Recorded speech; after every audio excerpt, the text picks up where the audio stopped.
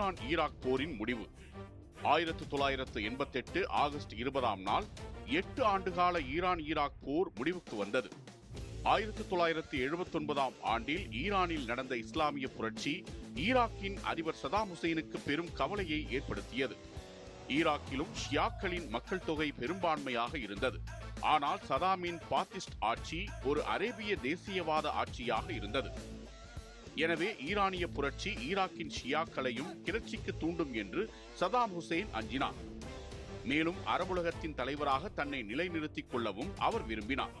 1975ஆம் ஆண்டு அல்ஜியர்ஸ் ஒப்பந்தத்தின்படி ஈரான் வசம் ஒப்படைக்கப்பட்ட ஷட் அல் அரப் நீர் வழித்தடத்தை மீண்டும் கைப்பற்றவும் சதாம் விரும்பினார்.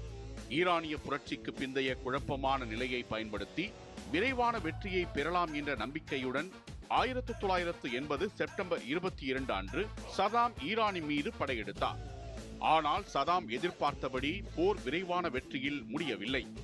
ஈராக்கின் ஆரம்ப தாக்குதலுக்கு பிறகு ஈரானிய படைகள் கடுமையான எதிர்த்தாக்குதலை தொடங்கின. 1982 வாக்கில் ஈரான் எல்லையிலிருந்து ஈராக் எல்லைக்குள் போர் நகர்ந்தது. இந்த கட்டத்தில் ஐக்கிய நாடுகள் சபை போர் நிறுத்தத்திற்கு அழைப்பு விடுத்தது. ஆனால் ஈரானின் தலைவரான ஆயத்துல்லா கோமேனி சதாம் ஹுசைன் ஆட்சி அகற்றப்படும் வரை போரை நிறுத்த முடியாது என்றார். தொடர்ந்து நடைபெற்ற போர் யாருக்கும் வெற்றி தோல்வியின்றி ஒரு இழுபறி நிலையை அடைந்தது. சுமார் 8 ஆண்டுகளாக நடைபெற்ற போரால் இரு நாடுகளும் பெரும் இழப்பை சந்தித்திருந்தன. இருபுறமும் பல லட்சக்கணக்கானோர் உயிரிழந்தனர். இரு நாடுகளின் எண்ணெய் ஏற்றுமதி திறனும் போரினால் கடுமையாக பாதிக்கப்பட்டதால் பொருளாதாரம் முற்றிலும் சீர்குலைந்தது. ஐக்கிய நாடுகள் சபையின் பாதுகாப்பு கவுன்சில் 1987ஆம் ஆண்டில் தீர்மானம் 598ஐ ஒருமனதாக நிறைவேற்றியது. இது உடனடியாக போர் நிறுத்தத்தை கோரியது.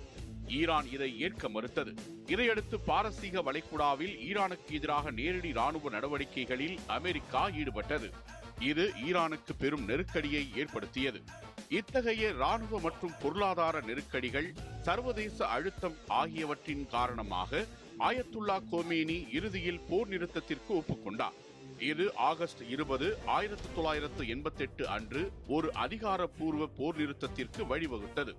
இரு நாடுகளும் தங்கள் எல்லைகளுக்கு மீண்டும் பின்வாங்கின. ஆனால் போரின் விளைவுகள் நீண்ட காலம் நீடித்தன. ஈரான் ஈராக் போர் மத்திய கிழக்கு பிராந்தியத்தில் பொருளாதார நெருக்கடி மற்றும் இன மத பாகுபாடுகளை அதிகரித்த ஒரு துயரமான காலகட்டமாகவே வரலாற்றில் பதிவானது.